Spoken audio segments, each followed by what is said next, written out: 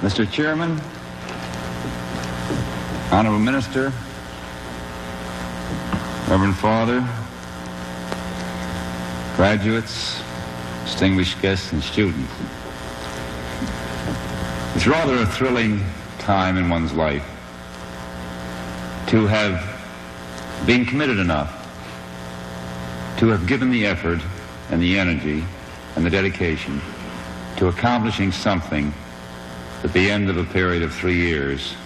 You had the confidence to know that the rest of your life you possessed the knowledge and the service to help others. I've always been terribly impressed, as long as I can remember, with the Salvation Army. It takes a lot of courage, I thought, as a small boy when I watched them during Christmas week, ringing the bell as they gathered money for the poor for Christmas dinner. And they put on their uniforms and their badges, and they stood up for what they believed in, the religious life in which they demonstrated by their deeds rather than just by their words.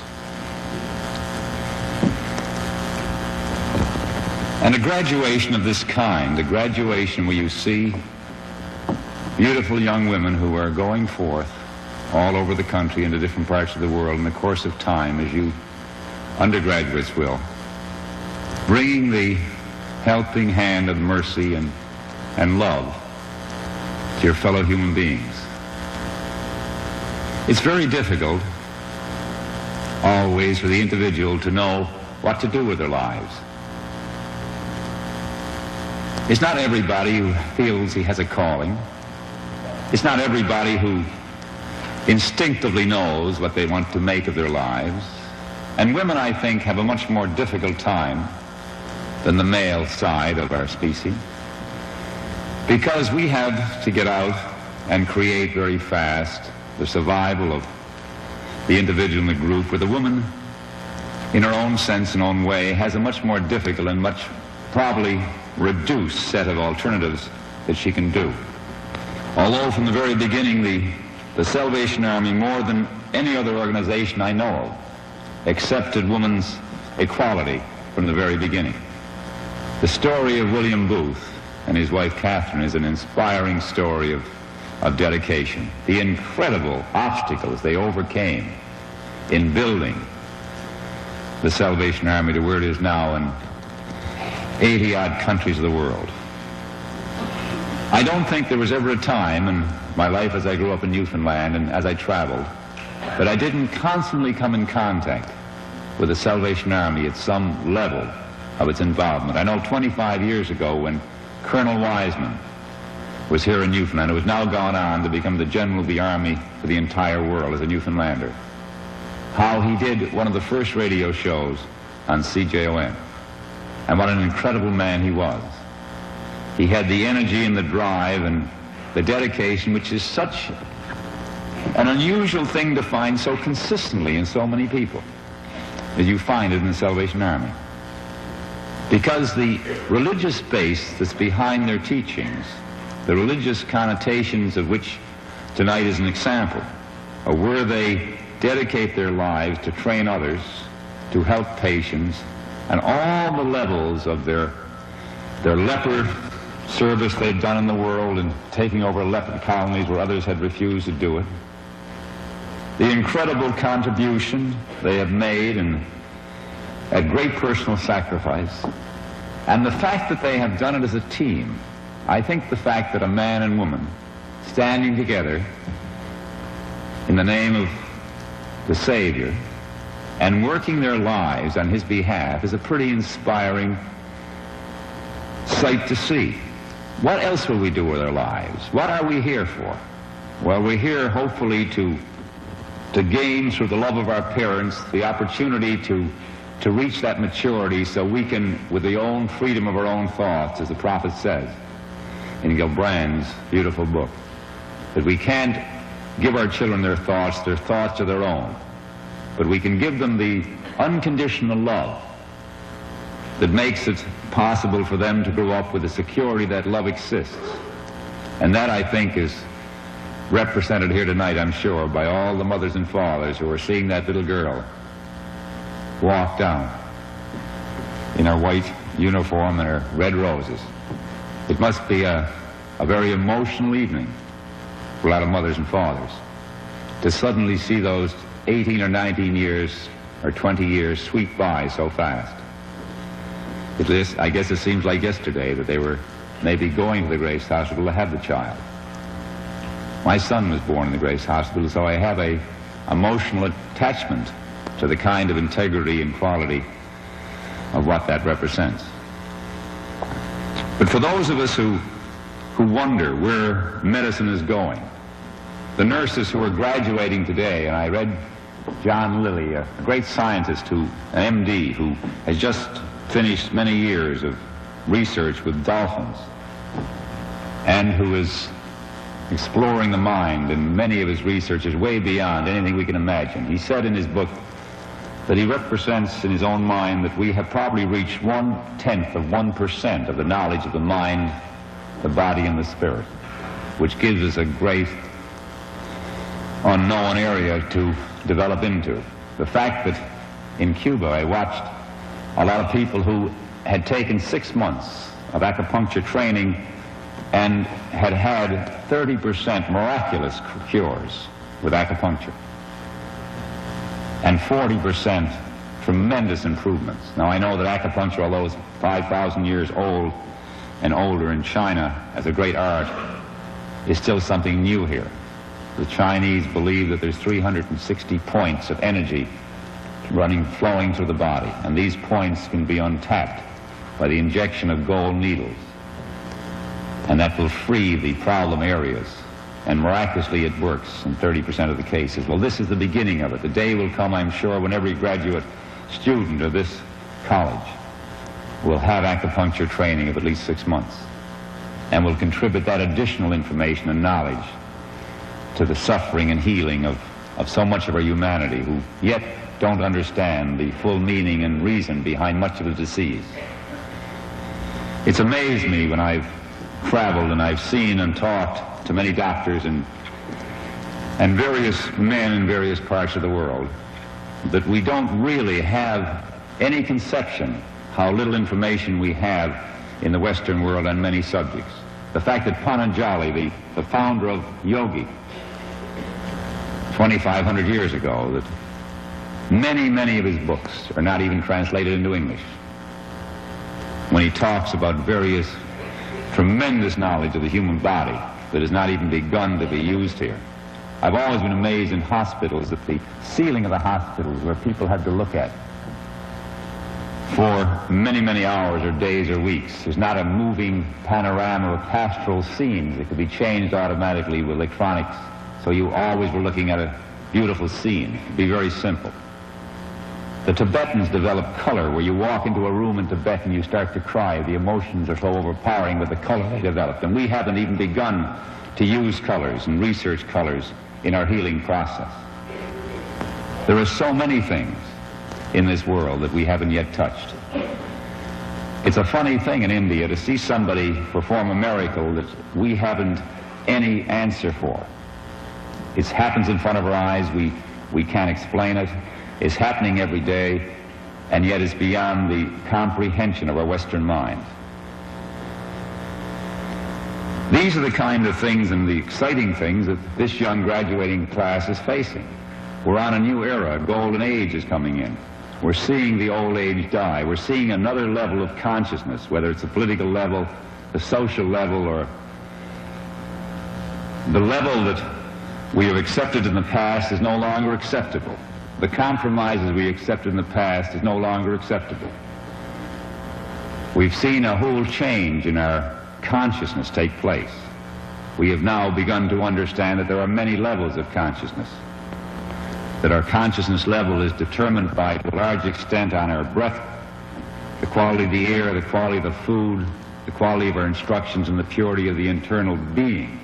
If we are the living temple of this hosting the spirit, then we are just that the organism is a temple to be treated with tremendous respect, a temple that must understand that what it puts in its mouth, it becomes.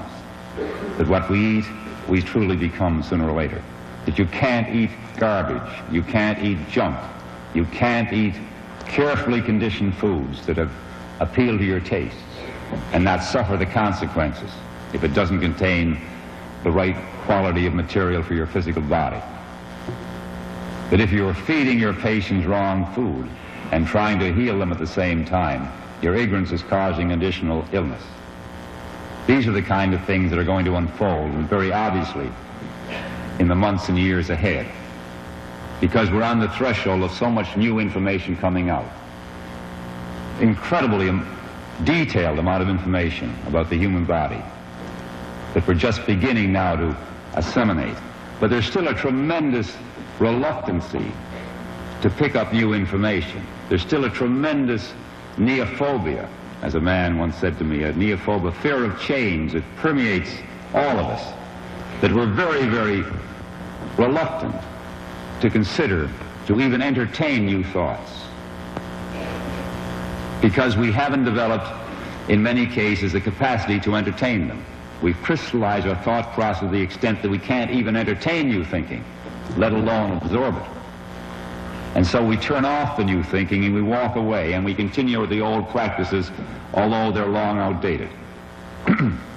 I've been amazed in the course of time that I've seen and studied some of the aspects of cancer particularly, that I haven't seen or haven't at any time when we've done television and radio shows, not only here but in Montreal and Toronto, that not once did anybody come to us and want to go down and follow up the information that we made it possible to them. It's incredible, the reluctancy to entertain new material, to accept new potentials, to realize that in the past 10 years, the material that is now available to us surpasses in many ways the previous information of 100 years, mainly because of the mass media and other ways that information is now coming out and going out throughout the world. But I'm sure that these young women tonight, who have graduated after a very fine, I'm sure, 3 years of training and practical training in hospitals, are open and receptive. They are the young generation of the future, as you students are. You are the ones who will carry the banners on into the next 20 and 30 years and will change the minds and reactions and hearts of those people who you come in contact with through your own awareness and through your own consciousness and through your own love of your service, and will greatly change the face, certainly, of Newfoundland, as your knowledge and your wisdom and your patience and your energy contribute so much as it will to helping those who are less fortunate than yourself and who are suffering illnesses, much of which was created by their lack of knowledge of how to prevent illnesses. It's very controversial to talk in terms of new information. Neophobia is a very real thing, fear of change. It's very real. Somebody said to me once that he can't even stand it when his wife changes even a single chair in the sitting room. He's so used to it. We get very comfortable, and we don't like to see things change, but we don't want to change things just for the sake of changing. We want only to change things for the sake of moving on into the next level of increasing our awareness and consciousness, to move on, not to have the same mistakes. It's getting to be pretty pathetic on the political level as we see ourselves going back into the 1921 and 22 and 23 era, when inflation started all over again and had to eventually have drastic surgery before we got it under control and then went into a war area. Well, the same thing is starting to unfold again because we have simply not put new thinking and not used new knowledge to avoid the thing from happening again. And so we're starting to meld into it. In the next 24 months, it'll become very obvious, even to the most uninterested person, that we have, again, through our level of consciousness, gone around in the total circle till we've got an uncontrollable inflation. Well, only by changing our thinking, only by changing our consciousness, only by changing our acceptance of certain basic economic needs are we going to stop going around in circles. Now, it's a tremendous and gigantic question. And yet the question is one that each of us sooner or later, as you nurses become mothers, and become again the foundation of the society, you had to make the contribution, you had to encourage the change in those under you, or we will continue to make the same mistakes about every 40 or 50 years that we've been making. To break through and fly into the new era has to take place for the under 25 or under 30. Those of us who remember at that age that we were totally receptive to new thoughts. We were acceptable to new disciplines, as you students have been. And that is what is necessary to move on into the next era that is going to be a very thrilling one, I'm quite sure, for Newfoundland. It's difficult when we talk of love, when we think that hope, faith, and love, and of the three, love is the greatest. It's such an intangible thing. It's so difficult, as a nurse, I should imagine, to love an unloving patient. And yet, you have to love unconditionally, because, as you know only too well, in the maternity wards, when a child doesn't get enough love, a child can actually die from lack of love. But I don't think it's different with any organism at any age, that the return of love from dedicated people, the return of love from an organization, the return of love from an individual, has to start when the individual loves himself.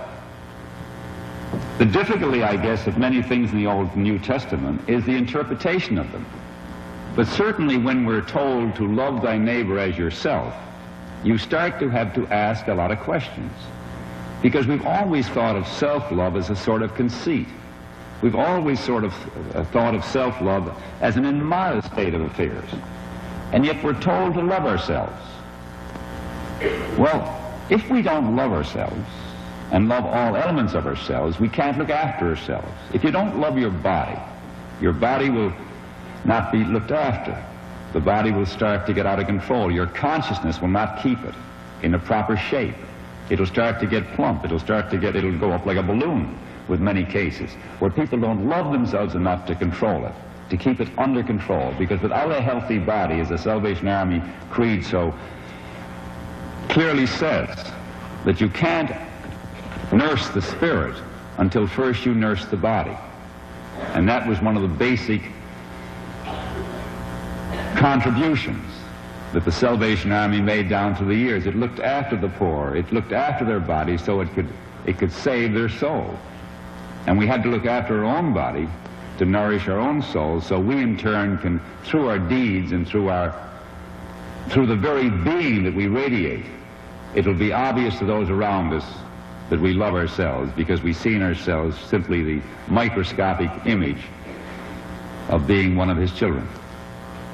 And when we recognize that and understand that, we then are able to radiate outward to somebody else in pure love. Not love and there's many types of love of father, love of country, love of mother, love of children.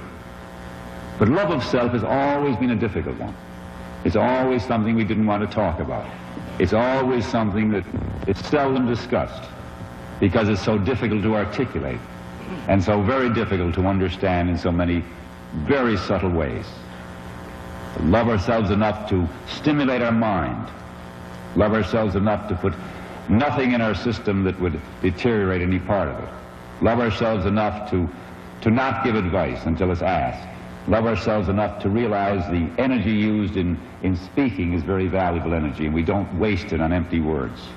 Love ourselves enough to be careful at all times in discernment and discrimination, that we only say loving things, that we utilize the quality of positive energy, that we never say negative things. We eliminate the terrifying temptation of gossip. We overcome the ability to put down other people negatively. Silly little things of just the way she operated or handled the instruments in the operation. Anything that is negative, we have to overcome. And as you overcome your negativity, you'll become so positive and so radiating as nurses that all around you, your patients will be so conscious that you represent a loving being that, more than the medicine they're taking, probably will have more to do with making them healthy once again than anything you could possibly do, and it'll radiate from the inside. The purity vow you took is the purity of that very being, which you represent. I'm glad to see one male made it. Because in the Salvation Army's creed of equality, it is certainly demonstrated over the years since William Booth was born in 1829 that it was more than just empty words, but the equality they demonstrated to the women, and they fought long and hard, and almost 700 members of the Army were violently beaten and 67 buildings destroyed in London. It's hard to believe, less than 100 years ago, as they fought to try to free young girls from incredible situations that we can't conceive 100 years later. The age of consent was then 13, and the Salvation Army raised it to 16 with an incredible battle against the establishment in England. That one man at the age who could have done that with his wife and brought together that kind of force that today is represented all over the world, and here in Newfoundland, where it has been so constructive consistently, is really an amazing evidence of the kind of self-love that then projected out into the world. And he loved his fellow man that he would give his life to do the work that is represented by our presence here. For a young woman to give up many things that would have been easier, to take on the years, the training necessary, the hard and underpaid work that nursing represents, certainly during the training periods, and then the dedication to continue to do it for a number of years before you probably go into your own lives. But even when you do, you will take with you that training, and all your family will benefit tremendously from it. It's very hard, I think, in many ways, for anybody to really, in their own minds, project the kind of service that they want to do. I think we're all growing to such an extent that as we see ourselves changing, as each of the students who now have the confidence of being graduates suddenly start to watch their consciousness expand, suddenly start to see their own potentials blossoming out as a result of the discipline they were willing to give to become graduates. They'll start to be amazed as they start to see with such joy what happens when you give a dedicated period of your life to the discipline to achieve the knowledge and wisdom to go on growing and serving humanity. It's really a beautiful service that those of us who have watched and admired the Salvation Army's work and the worst of the nurses that they have turned out over the years can always feel that they have done, and it's almost impossible to anticipate how much they have contributed to the life of Newfoundland, where we have always been in the position of having very minimal medical services in many parts of this island. The roll call of the graduating nurses tonight is like a roll call of a microcosm of Newfoundland. From all over the country they came, and from Bethlehem in Pennsylvania, and from Winnipeg, to dedicate their lives to the service that we now see them graduating into. The mothers here and the fathers who have given so unselfishly of their time and effort to have made it all possible, who have brought these girls up with that love of service, who have given us, when these girls were growing up, all that time and attention and dedication that they would grow up to be the beautiful girls you see tonight, also deserve a great deal of responsive warmth, which I certainly pass along, because that is what makes it all possible. As Newfoundlanders, we I guess, are able to get up and talk more freely at many things that are more sensitive without feeling embarrassed, because it is a delicate thing to talk of some of the sensitivities of our innermost beings, that the love of our self, the love that we then can project outside because we see ourselves only as a channel to project and clarify and clean as much as we can and keep in perfect condition so that we can use that channel in a dedicated and worthwhile manner to make life of some value to ourselves and to others. It's seldom that I get an opportunity to talk to so many women, and I've always felt, however, that women's liberation starts between their ears, that you liberate yourself from the belief that there's any possibility even that you're not equal. The equality is the equality of the self-esteem. Once you've achieved that, you've achieved the first grounds, and the first round, I feel, for the equality that you've shown here tonight, and that the Salvation Army, as I said, have always demonstrated. There really isn't a great deal that I can say that hasn't been said, except to wish all of the students and all of the mothers and all of the fathers that they represent the very warmest sentiments that I can possibly feel as they go out throughout Newfoundland and the rest of the world to bring to the suffering the healing hand of mercy and love that they have been trained to do. I can wish them nothing but success.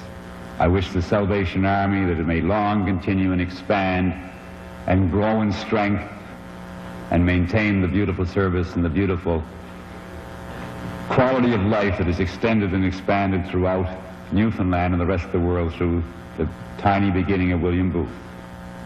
And I just say to you all tonight that thank God that we are brought together under such an auspicious occasion that we can, without hesitation, say that we're delighted that this group of consciousnesses are now going out, and we know that they will add nothing but greatness to the tradition of the nursing tradition. Thank you very much.